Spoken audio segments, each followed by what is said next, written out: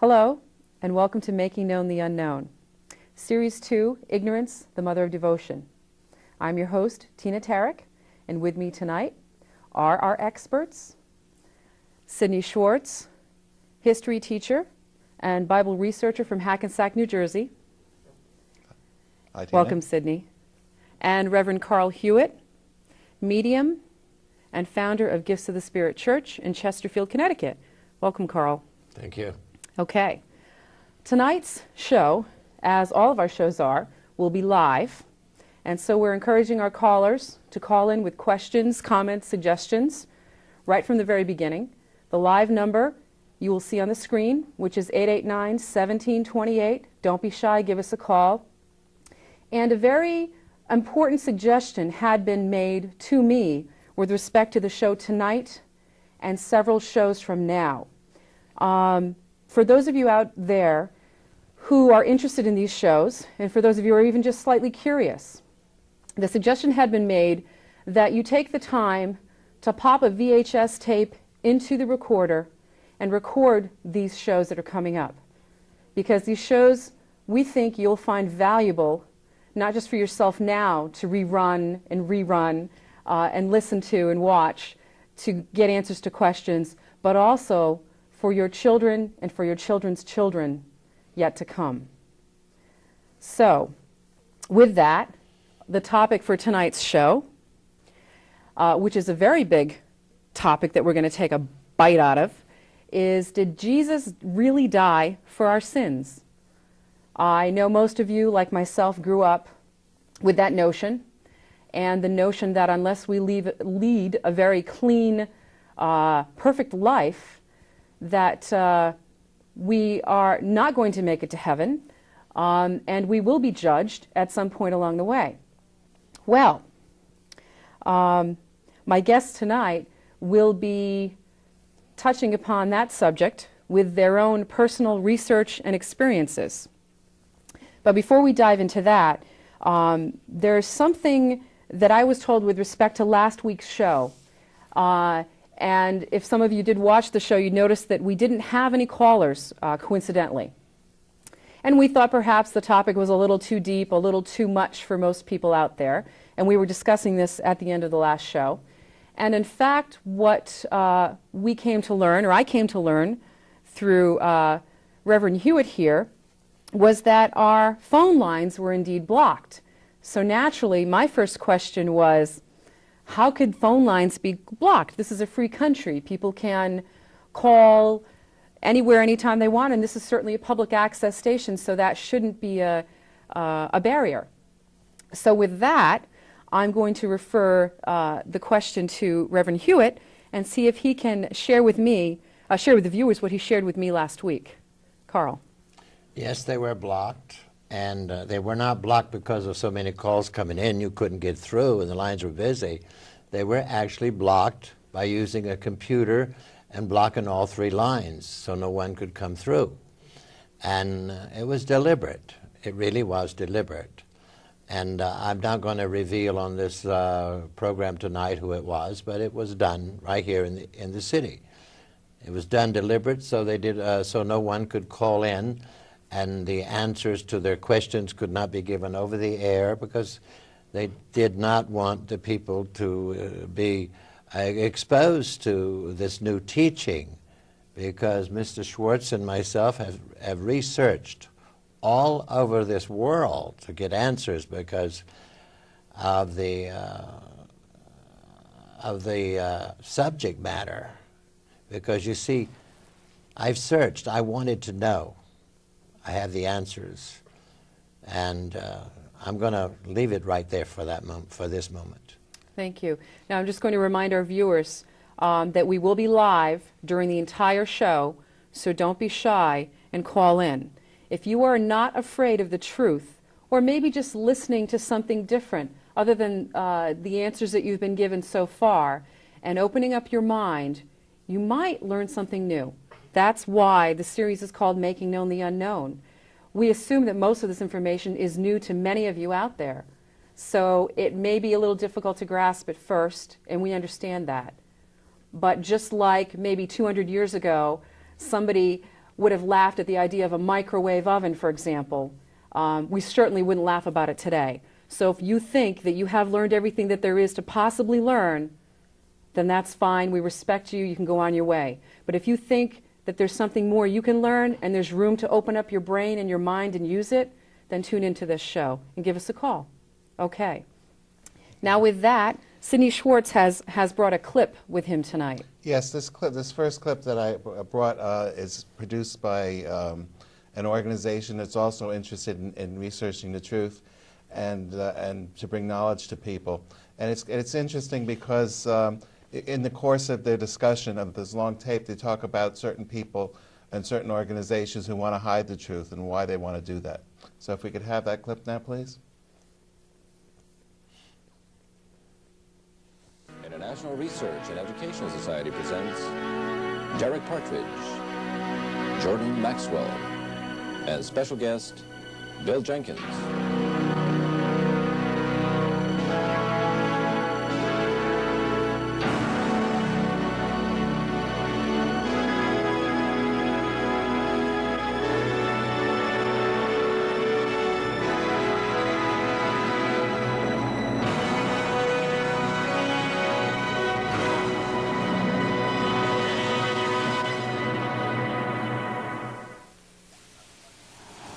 It is at this point I would like to remind that you should always be aware of any authority, institution, government, church, religion, anyone who is in position of any authority that tells you that you should not read something in particular, or you should not look at a set of facts or a particular book. Because usually anyone in authority who doesn't want you to read something in particular must have something to hide. Because the intellectual mind of the human being cannot grow if it is not allowed to look at all of the facts. That's it. Thank you. Now, that clip is a clip that you found during your research. Or can you Yes. tell me a little bit about how you came to know this particular videotape or the information on it? Carl, I think you should answer. You Well- showed it to me. Actually, it's an organization that is in the same boat that I'm in. They heard about me, and but they've been doing a lot of research, and they are way ahead of me. And they've been filming all over the world. And there's a lot of people with a lot of money, and they didn't get it through religion. But they made a film in their research, and they sent the film, and it was put in my pocket one evening, rather one Sunday at the service, and the man came up to me and he said, "This is something that you will need." And he put it in my pocket, and I watched the film and could not believe how powerful it was. And I'm going to show it free of charge at my church sometime in March. I haven't announced it yet, but I will show it on a Saturday and a Sunday. It will be announced soon. And it is called The Naked Truth. It's very powerful. But you see, when this entity here, this great and wonderful teacher that came to the world 2,000 years ago, because he was coming to the world and trying to teach the gifts of the Spirit, and he was nailed to the cross, and he went through this horrible death trying to teach people the truth. And this is why he had been drawn to me, because I've asked questions in life. And as he said, "Know ye the truth, and the truth will set you free." And I've asked so many questions, and because I've asked questions, and because I have gone everywhere to seek the truth, he has talked to me. And this may be difficult for a lot of people to accept, but it is God's truth. And when these pictures started appearing to me and everything, and I have gone overboard to help people and to know the truth. He still lives, but he lives in another dimension. And he wants me to go onward to teach this. This is why I'm here. and you were influenced, he was influenced, and so many others have been influenced to help me out doing this. This is what I'm doing it for. These men that got in touch with me to give me this, to give me what they have already learned, you see. See, when Jesus walked the earth plane, he was bringing knowledge about how the gifts of the Spirit worked. He didn't start a religion. He wasn't preaching religions. He was trying to bring the truth of natural law and the gifts of the Spirit to the world. This next clip I have talks about people who are deeply rooted in their religion and what consequences that might have upon someone's viewpoint. So if we could have the next clip, please.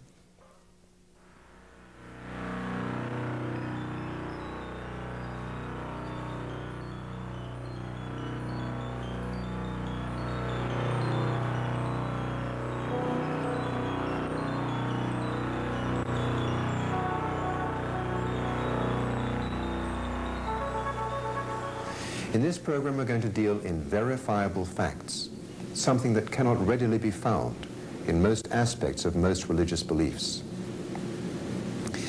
Every one of the world's thousands of different religions claims to represent the only truth, which of course implies that all the others do not. So if you have chosen to be, or through parental upbringing or school education, became a believer, how can you be sure that your particular faith is the right one? Okay, let's suppose it is. Well, that would then make everyone else in the world sinners. But on the other hand, if your faith happens not to be the correct only one truth, then that would make you a sinner, wouldn't it? And if you're a non-believer, does that mean that you will have to pay an eternal price for your non-belief after your death, just because you didn't believe? After centuries of human existence, no one has ever yet come back from the dead with incontrovertible proof that there is anything beyond death, which also means that countless thousands of people who have spent their lives preparing for the next life may just have been wasting their time. And even if we suppose that there is something after death, as no one knows exactly what it is, how can you possibly prepare yourself for an entirely unknown situation? Thank you for that clip, Sidney. I had one comment which I wanted to make about the previous clip that I didn't have a chance to mention. The gentleman in the first clip was talking about an organization. Specifically, is that organization they're referring to religion, as they've clarified in the second clip? I believe so. Okay, yes. Religion or religions Right, in general? right. This organization that put this tape together, The Naked Truth, has done a ton of research about the Bible and about history, and they've done a very good job, but for some reason they still don't understand mediumship. They never quite got to that, or they wouldn't have said everything that they just said. Through mediumship, we are in contact with the people in the other dimension, which are souls who have lived in this dimension, have died and gone on. They can describe what the life is like very much in the spirit world very easily, and they have. Through many mediums, such as Andrew Jackson Davis, who would go into trance, and he had all sorts of, he wrote books while he was in trance, describing exactly what the spirit world was like. So, and even like when Silverbell materialized, like we talked about in the last series, she also was a spirit from the other dimension. So we do have contact, and people have come back to tell us what to expect in the afterlife, and there is an afterlife. But for some reason, this group hasn't quite discovered mediumship yet.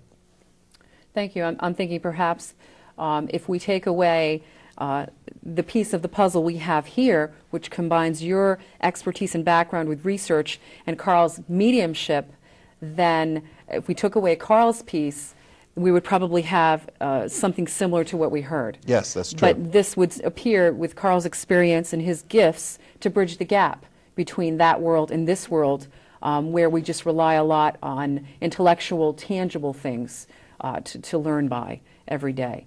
I had a question because you were discussing the spirit world, and it doesn't seem that that particular clip addressed that there is an existence beyond this lifetime. I was wondering, Carl, if you could tell us a little bit about what the spirit world is like? Well, first of all, we are born with two bodies, as Jesus said. Jesus saying this after he died, but he has to use a medium after he died, and he used Paul. His name was originally Saul. The church changed his name to Paul, and then they canonized him as a saint.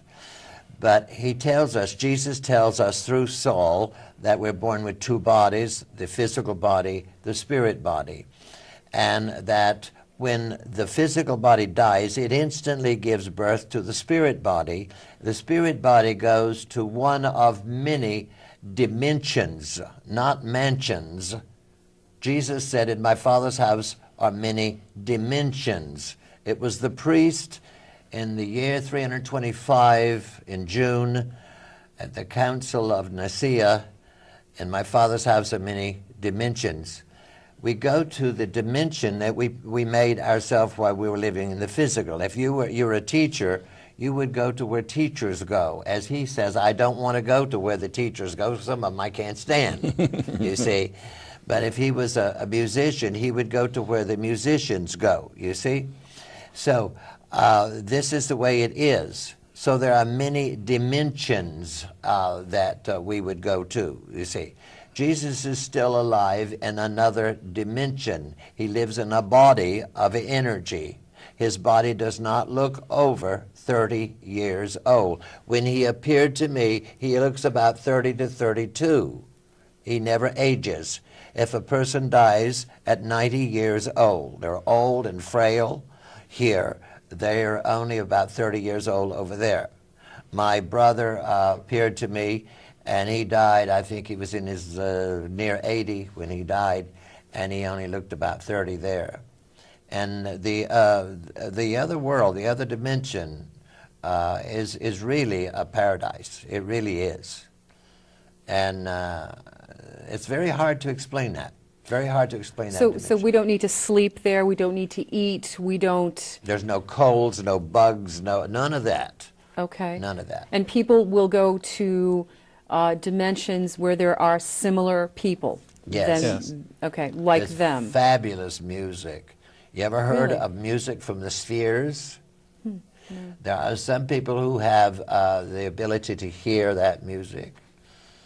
When I was a child, I heard music, I heard voices, I heard so many things, and I thought my parents lied to me when they told me they don't hear anything. It's your imagination. They took me to all these places to try to get these doctors. I mean, it was the theologians that took me to these places, trying to get the doctors to operate on me and put me in an insane asylum, because they knew that I was born with the gifts of the Spirit, but they wanted me to put me away so that I would not function as a gifted person. Now that makes me think of something, and this is getting back to the title of our show, or the topic of our show, which is, did Jesus really die for our sins? Jesus did not die for our sins. He died for the sins of the priest that shouted, crucify him, because he was such a threat to the priest at the time, because he had the gift of seeing in the future. It's known as remote viewing. Our government is involved in that. Our CIA is involved in that. Russia is involved in that.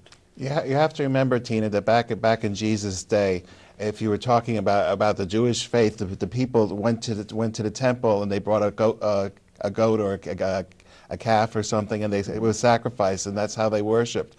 Meanwhile, Jesus was out teaching and demonstrating the gifts of the Spirit. It was like all these sights and wonders that people didn't understand. People naturally flocked to listen to Jesus. So therefore, they weren't going to the priests and bringing them the sacrifices, and the priests were afraid they were going to go hungry. This is why they were so threatened by Jesus, and why priests are so threatened by mediums, because mediums could expose the fact that a medium is in contact with someone in another dimension, while the priest says they're the intermediary between the people and the other dimension, but they're not, because they're not gifted. So are you saying that Jesus was silenced because he was a medium? He was silenced because that he was gifted. Absolutely.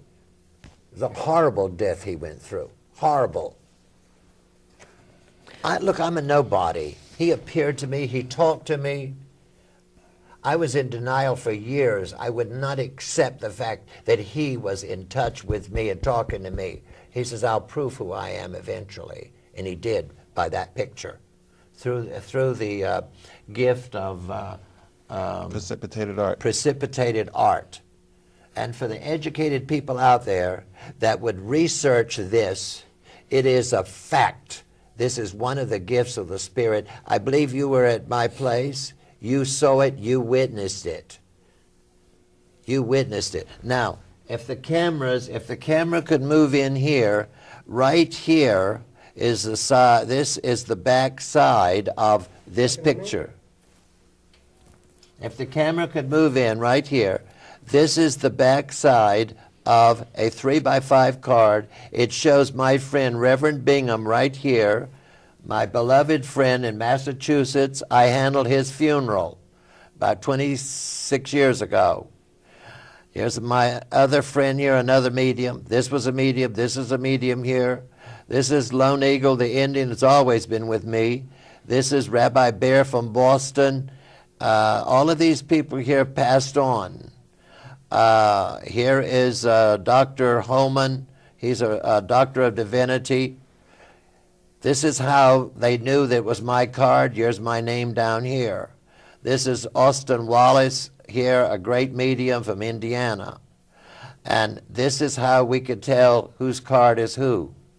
Flip that card over, and this picture of Jesus was on the other side. Not too far from here, and I'm sure a few people here in this city, I'm not going to name it, but there's a wonderful a studio that enlarges pictures, and they did this picture, and they said they have never seen this kind of artwork in their life because it looks as if it was all wax here. It was not done with a camera. And the people come and they witness this. You were there, and some of my associates are in the studio here. They were all there. So now these cards, just to clarify this for the viewers, Yeah. were not created by any human hands whatsoever. Absolutely not.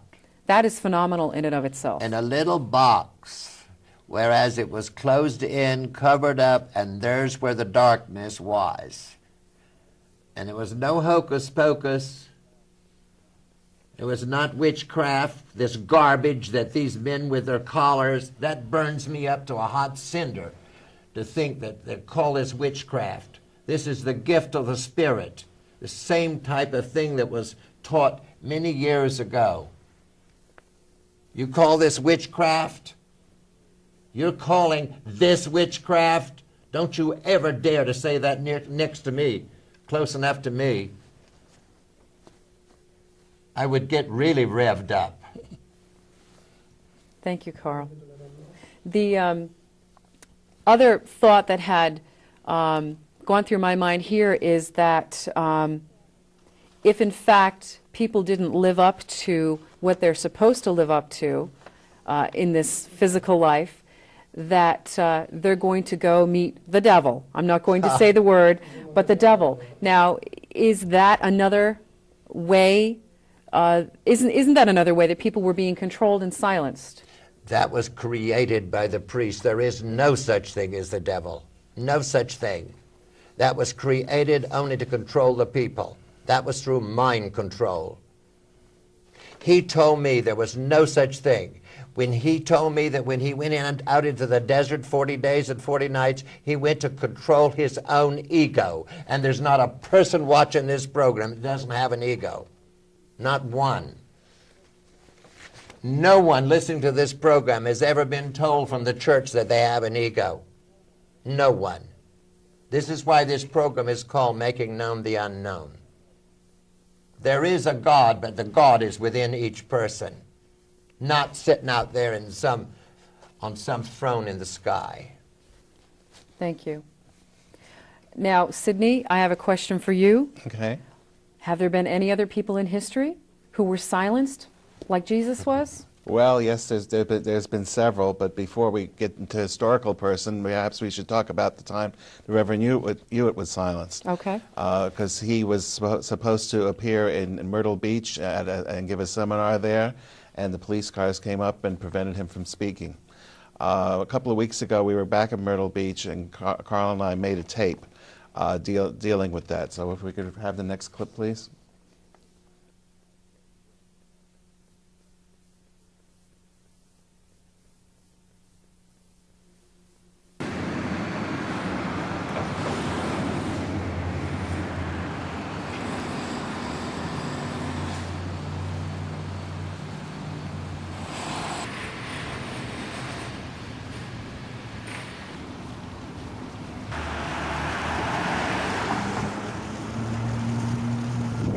We're doing this film in December of 2002. Although the event took place in 1979, I did a lot of radio and television work in Charleston, South Carolina, and it certainly must have drawn a lot of attention. And the people here in Myrtle Beach, South Carolina, certainly picked up a lot of information and became very interested in what I was teaching, because I was teaching the gifts of the Spirit, the same thing that Jesus taught. And there was a lot of people who asked me questions, since I had been teaching gifts of the Spirit, born with the gifts of the Spirit myself. And the people wanted me to come here and teach the same thing that I was teaching the people in Charleston. So they rented the penthouse, which you'll see at the top of the tower here. It's a large ballroom, and they rented this, and there was quite a lot of publicity, and the place was sold out. So on my way back to Connecticut, I stopped here, and I had never met the people that was in charge of this until that very night. And when I appeared here, my car was surrounded by police cars, and all of the police came out and surrounded my car, and the sheriff appeared there and gave me a summons that if I appeared here and attempted to even do this, I would be arrested and put in jail. And I was so shocked at this that I didn't know what to do. I was also exhausted from so much work in Charleston that I didn't attempt to fight it. And so I wound up going to the house of the people who put this all together for me, and all we were doing was talking about it, because they had never heard of such a thing in their life, of people getting together to prevent anyone coming here and even talking or discussing anything like this, because I was speaking from the Bible, the gifts of the Spirit. And so, since the question has been presented to me so many times, is this: why did Jesus really die for the sins of the world? No, he did not. He died for the sins of the priest, you see. So my answer to that, people, is simply this: he died for the sins of the priest, not for the sins of the world. So you see, something happened to me that night after I left this building and went to the family that put this together. I stepped on something in their yard. From the time I got out of my vehicle to the time I reached their house, I stepped on something that went through my shoe, but yet there was no pain there like would if you stepped on a nail or something. And when I got into the house, without thinking, because we were still talking about all the police and all that went on, I put my foot up this way, and I was trying to get whatever this was out, not even looking. I was not thinking. I was trying to loosen this up, whatever it was. And then the wife of the man that arranged all of this, she started screaming, pointing to my foot. And at the same time, he noticed too. There was a spike way through my shoe, and it stuck out about 1.5 inches above my shoe. It had gone through the bottom of the foot up and about 1.5 inches from the top, and all the way through the shoe, through the foot. And I managed to get my fingers underneath of it, just like that. It was a big head to it, just like a nail, but much bigger, between the size of a nickel, the size of a quarter. I managed to pull it out. There was no blood, no water, and no pain. I managed to pull it out, and the woman was hysterical. She wanted to get me to a doctor or whatever, and she was afraid I would get tetanus and all of this, but for some reason or other it didn't bother me. And I didn't give it a thought that accident was connected with what I was attempting to do. And so I left. I finally left that night, driving home, and it was about 2 days later that I noticed, I gave it some thought, and I noticed there was no scar on my foot, and I couldn't even see anything in where it went through the shoe. And I started thinking it was my imagination. So when I contacted the people, they said it really did happen. Then I was told by the voices that it really did happen, but they wanted to make sure that I did not suffer from it, because 2,000 years ago, the great teacher that we all know about suffered a great deal because the spikes went through his feet and hands, and he suffered a great deal. He died for the sins of the priest, because what he was teaching they could not compete with, because he was teaching the gifts of the Spirit, whereas I was attempting to teach the same thing. And the churches on the planet here, they do not want people to understand this, because what they changed at the Council of Nicaea in the year 325 was really, they had taken everything dealing with the gift of the Spirit out of the book and changed it all and put in their own interpretations, because they did not want people to understand that it was all within themselves. They wanted people to think that God was outside of them, and this is what it was all about. And so they wanted me to know that I was going in the right direction, but they didn't want me to suffer from this. So here I am, and have been, trying to teach the people that God is within them, and that once people understand that gifts of the Spirit existed then, exists now, that people have to understand this. And when they do, then they understand that they're following the teachings of Jesus. Very simple. It isn't complicated at all. And so I wanted to bring this teaching to you, but there's so many things that I did not understand then that I understand now, because it took me a long time to accept the fact that He has been working with me all these years. So I'm down here for this reason, to show you that what happened here at the Breakers Hotel, there was a reason for that. So regardless of the consequences of doing this tape, I want the people to know Jesus did not die for the sins of the world. He died for the sins of the priest. He suffered terribly an awful death. I've suffered too because of what I've had to go through.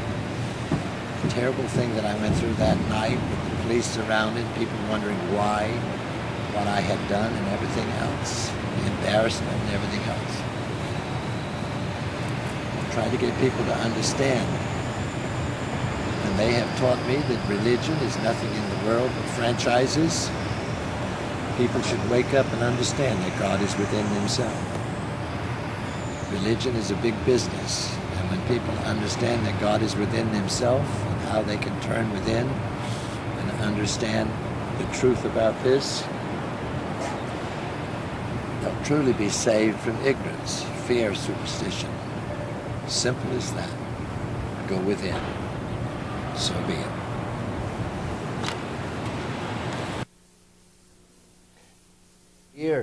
It took me years before I ever figured out that this spike, this is not the original spike, people, but this had a lot to do with him. And so I went down there on this trip deliberately to go over this experience that I had. And as I was thinking back before this trip, how could I have stepped on this spike The spike would have had to be standing up, straight up and down, just like this, in order for me to step on it and for it to go all the way through my foot. How could this have happened without one bit of pain? Not one bit of pain, absolutely no blood at all. And he arranged it. He told me that I arranged it this way so you would not have any pain, there would not be any blood, and there would not be any what you term lockjaw or anything like that. You don't have to have any tetanus shots or any of this. And so this woman had become hysterical because when she saw this spike sticking out, it was about 1.5 inches at the top of my foot, and they wanted to take me to the hospital and all of that. Well, I wouldn't even have anything. I wouldn't even have any of that, and so I finally got in my car and headed north. And for some reason or other, I didn't even give it any thought, the impact, the importance of all of this, until later on in life. And it was after that, when I got back here, the part in the Bible dealing with mediumship, in the book of Samuel, chapter 28, it was told to me that that woman, the medium, was very famous in her day. Also, Joan of Arc, that Sidney will talk about here, too, that she was very famous, and how they handled and how they treated the other mediums. Not only Jesus was treated so bad because he was gifted, but others as well. So it's been a rough road for me as a medium. It's been very rough for others as well. Thank you, Carl. I'm amazed. I don't know what our viewers are thinking now after seeing this clip. Of course, you're going back to a spot that you were shunned from, and that also had this memory of a spike through your foot. And I know there are plenty of people who witnessed that, so if people want proof, those people are able to be contacted. And now you mentioned Joan of Arc. And Sidney, I believe you've brought something along with you, and I don't think half the people out there really even understand that Joan of Arc was speaking to a higher source. Absolutely. And in fact, she had gifts of the Spirit. That's yes, right. She had the gift of prophecy, she had the gift of healing. She had a very interesting life because being a woman back in the Middle Ages, women had no rights at all. So she was going contrary to everything in society. I prepared a short clip of the history of Joan of Arc, just to do the highlights. So if we could have that clip now, please. In 1984, I traveled to Domremy in eastern France, which was the birthplace of Joan of Arc. As we approached the small village, the houses and the countryside made us feel like we had traveled back into time to the 1400s. Joan's house looked very primitive to us. However, this house indicated that her family's status was far from the peasant class. The interior of her house was very plain and lacked any sense of comfort to which we are so accustomed. It was very easy to imagine Joan as a small girl running through this little town. It was in the front yard, when Joan was 13 years old, that she had her first psychic experience, hearing the voice of St. Margaret. She then ran next door to the church, where she spent many hours praying to this saint. England had invaded France and held much of the country. The King of France had died, and his son, the Dauphin, could not be crowned in the traditional Reims Cathedral because the city of Reims was under English control. The voices urged Joan to leave her home and go to the local magistrate. He would help Joan gain access to the royal court, where the Dauphin would give Joan money to liberate Reims and its cathedral, so France would once again have a king. Joan obeyed the voices, despite the fact that it was unheard of in the 1400s for a woman to travel without a chaperone or to lead an army. Through the gift of prophecy and healing, Joan persuaded the magistrate and finally the Dauphin allowed her to lead the French army. Joan first liberated the city of Orleans and then Reims, where Charles VII was crowned King of France. This completed Joan's mission. However, Joan was determined to liberate all of France, especially Paris. Unfortunately, Joan was captured by the English and was put on trial by the English church officials for being a witch and a heretic. Church officials were not only displeased with Joan because she had assumed a male role, but also wore male clothing. More importantly, however, the church wanted to silence Joan. If one reads the transcripts of Joan's trial, one will discover that Joan bravely spoke against church doctrine, which contradicted the teaching of her divine voices. The church could not allow Joan to spread these teachings, so they tricked Joan into renouncing her voices, and then they allowed her to be raped. Betrayed, Joan recanted, claiming her voices were divine, and on May 30th, 1431, the church turned her over to the secular authorities. Joan was put into a cart, which brought her to the middle of the ruined town square, in front of St. Vincent's Church. There she was chained to a stake and burnt alive as a relapsed heretic. Ironically, 513 years later, to the very day, St. Vincent's Church burned down when it was bombed during World War II. Joan was a strong patriotic hero to the French people. The church would not allow her to publicize what her voices were telling her. Therefore, she was silenced. In 1920, 489 years after she was burned as a witch and heretic, the Catholic Church canonized Joan of Arc as a saint. Sidney, that was a very good clip. Now, I'm sure for most of you out there who have possibly seen the movie, as I did when I was a young girl, it was very tragic with how Joan died. Yes. But in reality, the truth was that the church didn't want her to continue doing what she was doing. Exactly. But what's very confusing to me is that she was then, hundreds of years later, canonized as a saint. Right. See, well, you have to understand that they wanted to silence her, so therefore they claimed that she was a witch, and that she was her voices weren't divine, and that was the height, just the beginning of the witch craze in Europe. So they used that as an excuse to silence her. If anyone ever has a chance to rent this movie of Joan of Arc with Ingrid Bergman, it's an excellent version.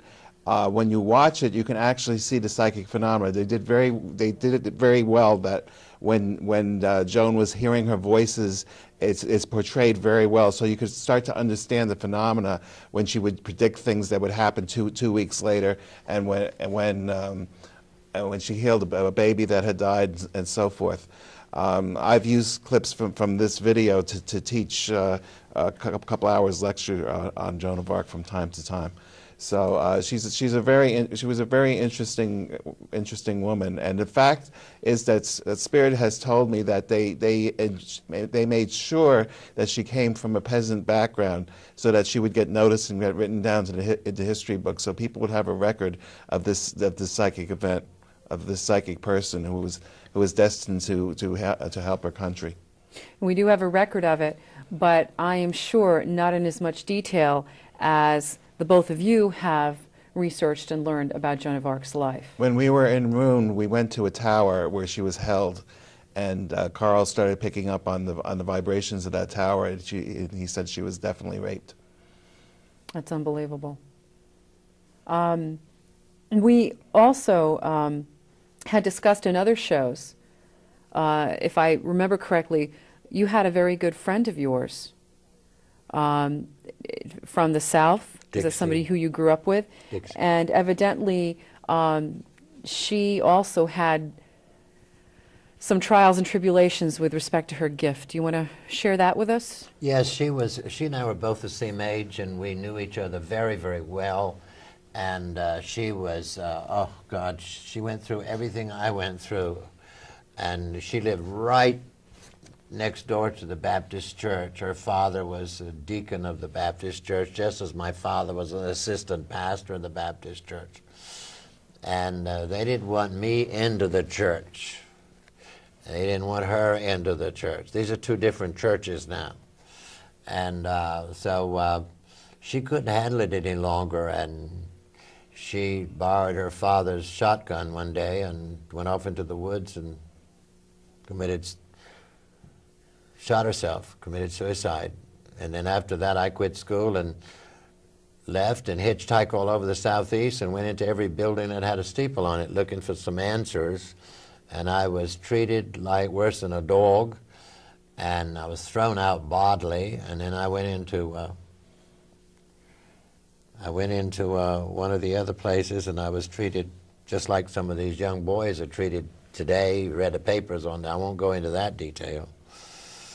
So, I guess the question that stands out for me right now, and I know, Sidney, you have also brought something with you about Dixie, is that people who are possessing these gifts are being shunned and tortured, yet they're not doing anything to harm anyone. No. It's amazing to me that they lead such tortured lives. And yet they're doing something good for humanity. Right, and again, in both the case of Carl and Dixie, they were accused of doing the devil's work. Even in the early part of the 20th century, that theme was still there. Can we have the next clip, please?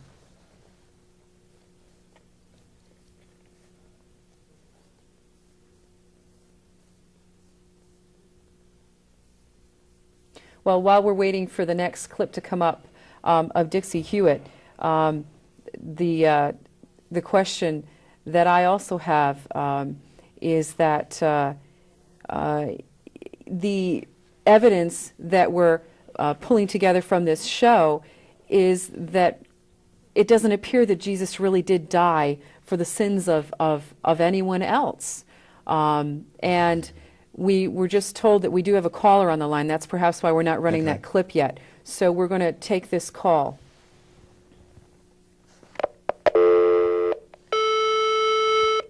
Go ahead, caller.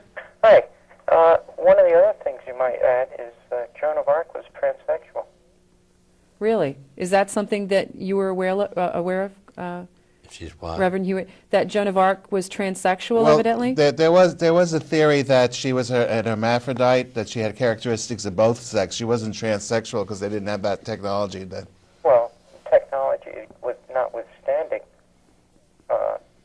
transsexual, whether there's surgery available or not, is still, you're of both spirits. You're male and female. That's interesting. None of that was ever told to me. Well, being one myself, there is a very huge spiritual connection related to being in this state. So is Joan of Arc necessarily a symbol for the transsexual community? Is that what you're saying? In some parts, she is. Oh, really? Okay. All right. Well, thank you for sharing that with us. Did you have a question about anything in specific tonight? No, Jesus was probably, other than the Buddha, one of the greatest teachers this world has ever known, and that's how I view him. And organized religion, well, that's a device invented by man to control man. Thank you. Right. Thank you for sharing. Okay. Are we ready to roll that clip now?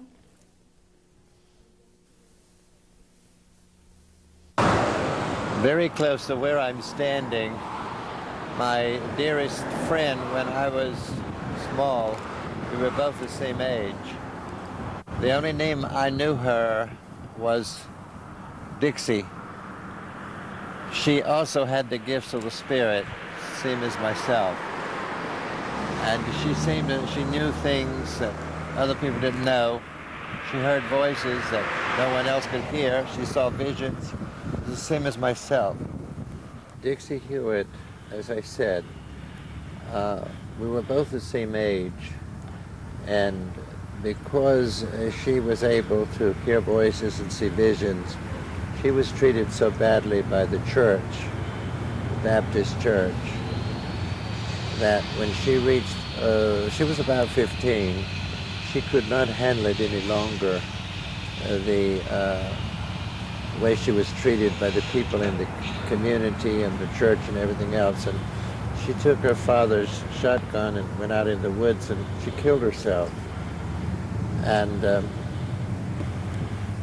I quit school and left home myself to find answers. And this is why I hitchhiked all over the southeast and went into every building that had a steeple on it. I never looked at the names of the buildings, the churches. I just simply went by a building that had a steeple on it. I was looking for answers, and I was treated worse than people would treat a sick dog. Tried to find answers. And so when I got older, I went out on my own and I found the answers. And today, even though I've been treated terribly, I'm still trying to get people to understand the truth. I have found the truth, and the truth has set me free. Jesus taught the gifts of the Spirit. That's all he taught. He did not die for the sins of the world. He died for the sins of the priests that had him killed. He taught us that God is within us, not in the sky somewhere or other. She was one that was gifted. In his day, she would have been called a prophetess. In my time, if I was living at that time, I would have been called a prophet. She would have been a threat to the priest, just as Jesus was a threat to the priest. She was not liked in her day. I am not liked in my day. She died at 15. I refused to take my life, even though I was treated very badly. Jesus, that poor man who gave his life trying to teach the truth to the people, he suffered terribly. And he died feeling sorry for the people because of their ignorance.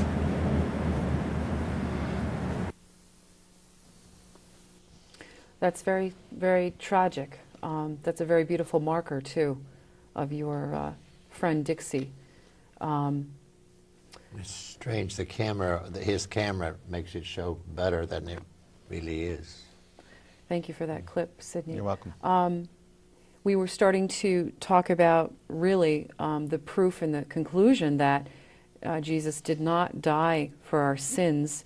And as we present often in this show, we have some documentation or actually a clip on behalf of Carl with your communication with your brother, who is now deceased, your brother Dewey.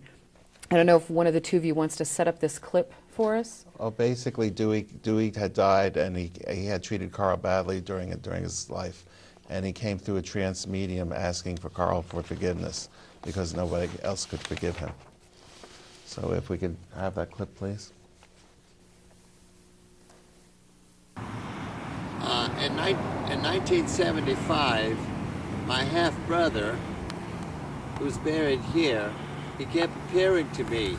I couldn't understand what he wanted. It was like he was talking to me, but between he and I, there was like a great big thick wall of glass, and he was trying to say something, but I couldn't understand what it was he was saying. And then after a while, he started giving me a name. It was Etna. And I traced this out and found out that there was a place in Etna, Maine, where a lot of mediums would go, they would gather. And so I found out that where it was, and I went to Etna, Maine, and found out that there was a man there from Burlington, Vermont, who was a great medium. And I'd never been there before, and I'd never heard of this man. And I went there with a reporter from the Hartford Courant. And I told him it might be a wild goose chase, but we went anyway. It took us a long time to get there. And so the Hartford Courant reporter really was skeptical. He thought that I had met this guy previously and made this story up. But anyway, we went into the audience, and we were the first one in there, and the man went into trance, and this energy took him over, which turned out to be my father. And after my father talking to me through the medium, and then he said, there's somebody else that wants to talk to you here, but he didn't tell me who it was. It turned out to be my brother, who was buried right here. And the tears started running out of the eyes of the medium, and he was crying for a long time, and he was begging me to forgive him because this brother of mine did not treat me very well. He treated me terrible. He hated my guts because, you see, he was the baby of the family for a long time until I came along, and he tried to ruin my reputation, I guess. He tried to drive a wall between my father and myself, all of this garbage, because I had the gifts of the Spirit, and he tried to convince my father it was the devil in me and all this nonsense. And so my father didn't understand me until he died and went over to that other side. So here's my brother over there that can't progress, and there's nobody over there to forgive him. So I had to forgive him. So he told me, he was talking to me just like one of you people would talk to me, and I said, you mean to tell me there's nobody over there that can forgive you? And he says, no, there's nobody over here. Well, people, those of you that's watching this program, I want to ask you this question.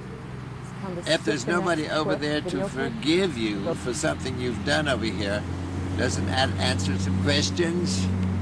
So, he said, no, there's nobody over here. Only you can forgive me. I says, well, really, I have never held it against you. I just figured that it was your ignorance. I've never held it against you. So you are forgiven. And there was a lot more tears from the medium because, after all, he was using the body of the medium to talk to me. Now, if you don't understand what I'm talking about, study your Bible, because there were many places where a person used the medium, in those days called a prophet, to get messages to us. So, if you understand it correctly, what was going on in the days of the Bible being written is going on today. But religion does not want you people to know this. Do your homework, people, and you'll understand what we're talking about. My brother died and his bones are in the ground, right here. But he lives in another dimension, and he communicated with me through a medium, which in the old days was called a prophet. So did my father do this, so did my mother do this, and so did other people as well. This is why the Indians are so willing to come back and help us out, because you see, they did not have some God that was off out there in space. They knew that God was within them. They knew that their soul was the God that was in them. And wasn't it Jesus that said that God is within us, that know that ye are gods? It is so simple once you do your homework. And I'm not asking any of you to send me some money. So be it. That's all right. Thank you for that very interesting clip. So in fact, Jesus is not waiting around to forgive people of their sins. When people aren't particularly nice in this lifetime, they have to be forgiven by the people that they were mean to. Think about it, Tina. In the Bible, Jesus had the opportunity to judge the woman at the well. When she was living in sin, she had the opportunity to judge the adulteress. He said, judge not, lest ye be judged. So why would he judge in the other dimension? Okay. There was also a clip we didn't have time to fit in tonight, but I did want to mention it briefly. And Reverend Hewitt, you're aware of a cemetery not far from here where many people were silenced because of their beliefs. And unfortunately, we can't get into that now. We do need to wrap up this show for tonight. But perhaps on another show we can feature that. Excuse me, let's do it first thing one of the shows. Okay, thank you. We will. And with that, I'm going to wrap up tonight's show. Thank you to my guests, as usual, Sidney Schwartz and Reverend Carl Hewitt. Thank you both. And thank you, viewers, for watching. Tune in next time. We will be live again next week for 1 hour. Save your questions. Be well.